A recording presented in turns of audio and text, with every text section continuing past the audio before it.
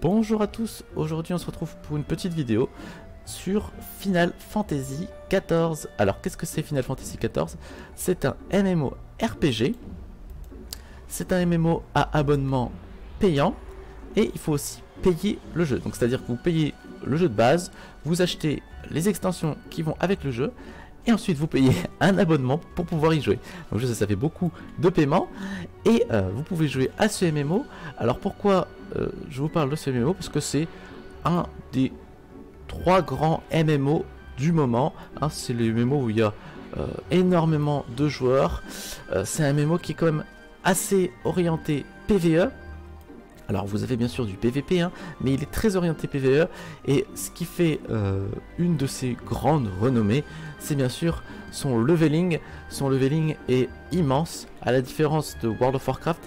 Là vous allez y passer honnêtement des centaines d'heures, hein, rien qu'en leveling, car vous avez dans ce jeu, ce qui est assez incroyable, c'est que vous avez des cinématiques quasiment à chaque quête. Vous avez quête principale, bien sûr, vous avez des grosses cinématiques, et vous avez même des cinématiques dans la quête principale qui peuvent durer quasiment une demi-heure à 45 minutes. Donc ça vous donne une idée du délire du PvE. C'est vraiment un jeu, l'histoire, enfin le leveling est vraiment incroyable sur ce jeu, pour peu que vous aimiez l'ambiance et l'univers de Final Fantasy. Alors sinon, ça reste un MMO, comme vous voyez, hein, classique.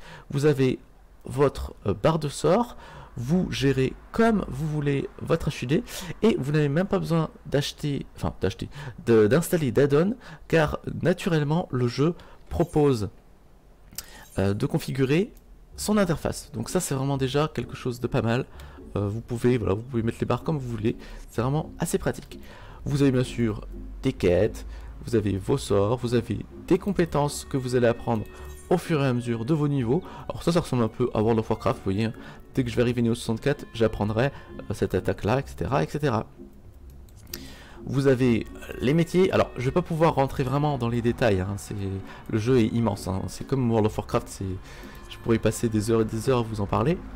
Mais bon, vous avez de tout, donc voilà, vous avez votre personnage, son inventaire, des compagnons, des montures, des mascottes, vous avez de tout.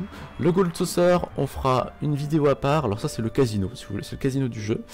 Voilà, vous avez des hauts faits, ouais, vous avez de tout, les missions. Le bestiaire permet, voilà, vous allez chasser certains monstres pour gagner un peu d'XP. Donc voilà, vous avez énormément de choses à faire sur le jeu. Donc là, je vais vous montrer un petit combat pour vous montrer un peu le style. Donc c'est classique, hein, vous avez tank, DPS et heal. Et tout simplement, on focus ce mob, on lui fonce dessus. Alors moi, je joue actuellement la classe guerrier, donc c'est une classe tank. Donc vous voyez, j'utilise mes sorts, et quand vous voyez les sorts devenir comme ça, avec un petit liseré qui tourne autour, c'est-à-dire que je suis en combo. Donc vous avez des notions de combo dans le jeu. World of Warcraft par exemple, vous n'avez pas de combo, hein. Vous lancez vos sorts. Alors vous avez un cycle DPS, hein, mais c'est pas vraiment des combos. Par exemple, vous voyez, si je fais que le sort 1, je vais avoir le combo avec le sort 2, et le sort 2 va me déverrouiller le combo avec le sort A et sur la touche V. Hop. Là, j'ai tué le mob. Vous voyez, j'ai gagné de l'expérience. La maquette, il fallait que j'aille ici. Alors comme vous pouvez le voir sur ces images, on essaie dans Final Fantasy XIV de se rapprocher le plus possible à avoir des graphismes réels. Hein, vous n'aurez pas de graphisme un peu cartoon, hein, vous aurez que des graphismes de ce style là. Et vous avez notamment des villes qui sont vraiment assez impressionnantes. Alors moi actuellement, vous voyez, je suis niveau 62. Alors voilà, j'ai fait la quête, je suis niveau 62.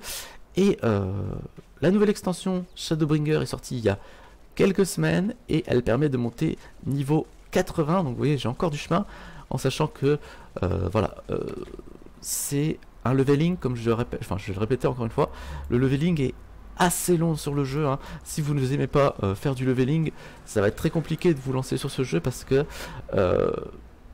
en jouant, vous savez, je joue beaucoup aux jeux vidéo, pour passer par exemple du niveau 62 à 63, en jouant quand même relativement beaucoup. Il me faudrait... bon, j'exagère un peu, mais je bosse la journée, hein, mais en une journée, enfin il me faut 2 jours en fait. En bossant, il me faut vraiment 2 jours en jouant beaucoup pour faire un niveau. En sachant que je joue beaucoup et que je connais bien les MMO. Donc c'est vraiment très très long. Et encore, hein, je vous dis, je pense honnêtement, si vous jouez tranquillement, là à mon niveau, faire juste un level, ça vous prendra, ouais, je pense minimum 3-4 jours, voire 5 jours. Hein. Donc voilà, donc, si vous aimez pas, c'est juste pour vous dire, si vous aimez pas faire du leveling, ça va être très compliqué ce jeu pour vous. Hein. Parce que c'est vraiment très très long. Hein. Mais si par contre, si vous adorez l'univers de FF14, vous n'allez pas être déçu parce que vous avez des cinématiques de psychopathe. C'est vraiment, franchement, vous avez des cinématiques, c'est limite un film. Hein. Elles sont tellement longues et il se passe tellement de trucs que c'est assez incroyable.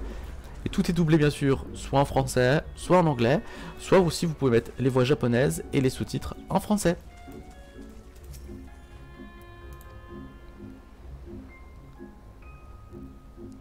Alors vous voyez, il y a énormément de texte. Donc quand vous avez une quête avec des petites flammes comme ça, c'est une quête principale, entre guillemets, c'est les quêtes à faire en priorité. Vous avez les quêtes avec un petit plus à côté, ça c'est les quêtes, on va dire, un peu spéciales, parce qu'elles vont vous rapporter un butin qui est trouvable nulle part ailleurs. Et enfin vous avez, alors attendez, vous avez, alors je vous montre la carte, et enfin vous avez des quêtes, je sais qu'il y en a en bas, qui sont classiques, vous voyez celle-là, ça c'est des quêtes, c'est pas des quêtes secondaires, mais qui rapportent pas mal d'XP, de potions, d'équipements, c'est assez simple, c'est plutôt cool de les faire aussi. Hein. Mais qui ne sont pas forcément liés à l'histoire. Et ça c'est pour jouer aux cartes, hein, parce que vous avez un système de jeu de cartes, c'est la triade. Alors c'est vrai que c'est... J'aimerais bien vous parler de tout, mais c'est vraiment hyper complexe, parce que là, j'ai pas envie de trop m'étendre sur le sujet, parce qu'on va partir dans tous les sens. Vous avez bien sûr des montures terrestres et volantes. Alors là, je ne peux pas voler, parce que pour voler, il faut remplir certaines conditions sur la zone, que j'ai pas encore faite, mais vous pouvez très bien voler hein, dans le jeu. Donc vous voyez là, ces petits trucs là, les vents éthérés, ça me permet, alors il va falloir que je les chope, je dois rechoper pardon, tous les vents éthérés de la zone. Ensuite je vais devoir récolter tous les vents éthérés comme ça, les cristaux de la zone via des quêtes, et seulement une fois que j'aurai tout fait, je pourrai voler. Donc là, je me mets là. Alors, on essaie de pas faire de bêtises. Hop, je récupère le vent éthéré.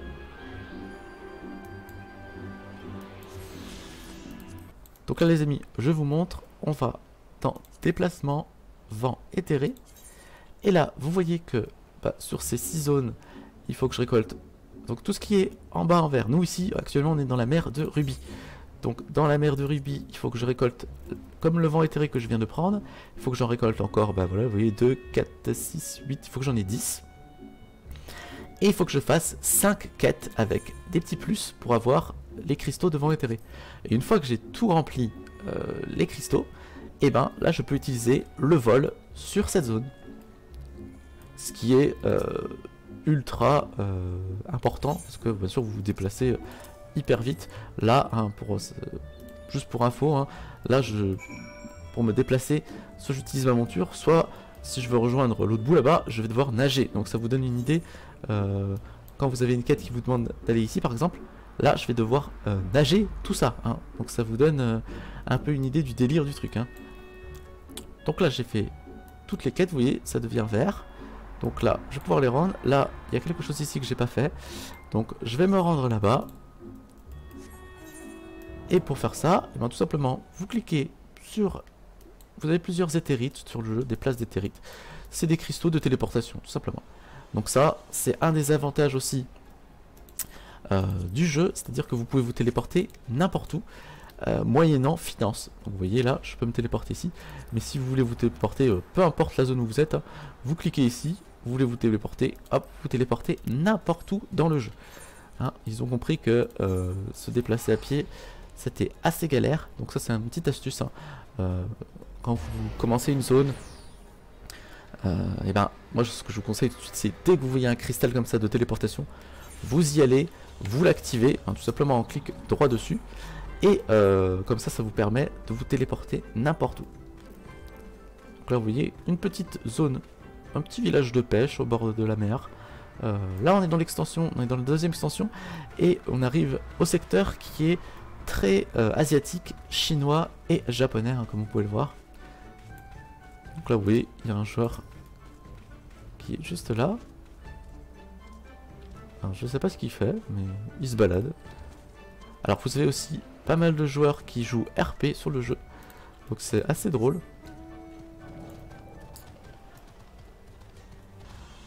Vous avez bien entendu un petit cash shop qui vous permet d'acheter différents objets, mais ça c'est plus cosmétique on va dire. Vous pouvez acheter des montures, des mascottes, des skins pour vos personnages bien sûr. Là l'extension où je suis c'est Stormblood, et Stormblood comme vous avez vu elle est vraiment orientée monde asiatique, donc vous pouvez, il y a beaucoup de joueurs qui aiment avoir des skins de samouraï tout simplement. Donc là je dois tuer un morse géant. Bah écoutez, on va le tuer.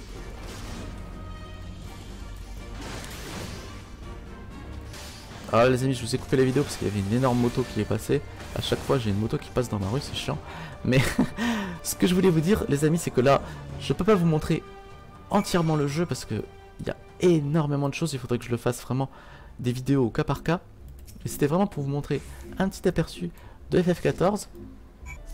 Alors dernier point que je souhaitais vous dire pour finir cette vidéo, c'est que bien sûr vous avez des classes. Donc moi, alors je vous montre, hop, hop, je suis, j'étais maraudeur, c'est la première classe que j'ai choisie, et en évoluant je suis devenu un guerrier. Donc classique, hein, vous voyez j'ai mes attaques, et j'ai des jobs. Alors les jobs c'est les métiers. Donc, quand on va dans la fiche de personnage classe job, vous voyez que je suis un guerrier level 62, et en métier, j'ai commencé à être forgeron, orfèvre et à être mineur. Pourquoi je vous parle de ça? Parce que dans FF14, ce qui est ultra intéressant et qui est vraiment, je pense que c'est vraiment une des particularités qui fait que les joueurs aiment ce jeu, c'est que vous pouvez changer, enfin vous pouvez faire tous les métiers, tous les jobs du jeu, et vous pouvez faire aussi toutes les classes du jeu. Donc je m'explique, vous voyez je suis guerrier là, et ben si j'ai envie là maintenant, je vais dans une capitale, je vais parler à un professeur par exemple, je sais pas, samouraï, voilà, quelqu'un qui va m'apprendre la classe samouraï, je vais lui parler, je vais faire des quêtes et je vais devenir samouraï. Et je vais faire mon leveling classique, du level 1 jusqu'au level 80, en samouraï. Et si un jour je me dis, oh, en fait samouraï, j'ai envie de changer et retourner sur guerrier, et ben c'est pas grave, je switch à la volée et je redeviens guerrier. Donc c'est vraiment, vous pouvez faire, vous voyez là, tout ce que vous voyez, toutes les classes que vous voyez du jeu, vous voyez des classes DPS, soigneurs, tout ça, vous pouvez faire absolument tout avec un seul personnage. Idem pour les métiers, avec mon personnage là, je peux faire absolument tous les métiers. Alors bien entendu, vous devinez bien sûr que ça va vous prendre une éternité pardon, à tout monter. Mais voilà, c'est une des choses franchement qui est vraiment assez sympa sur le jeu. C'est-à-dire que vous n'êtes pas limité à un seul métier ou à une seule classe comme sur la plupart des MMO. Là vous pouvez faire toutes les classes que vous voulez et changer à la volée. S'il y a des classes qui vous plaisent pas, bah hop, c'est pas grave, vous n'avez pas besoin de recréer un perso. Vous pouvez reprendre le perso que vous aimez et remonter une classe. Donc là, voilà, je rends les quêtes. Je vais continuer les amis. J'espère que cette petite vidéo présentation, alors c'était assez rapide, hein, je dois vous l'accorder, c'était juste pour vous montrer un peu à quoi ressemblait Final Fantasy XIV. Je ferai bien sûr d'autres vidéos beaucoup plus précises sur le Gold Saucer, sur bah voilà, les donjons, les métiers, le PvE, le PvP, etc., etc. Sur ce, je vous dis à très vite les amis sur la chaîne, je vous dis portez-vous bien et à bientôt, salut à tous.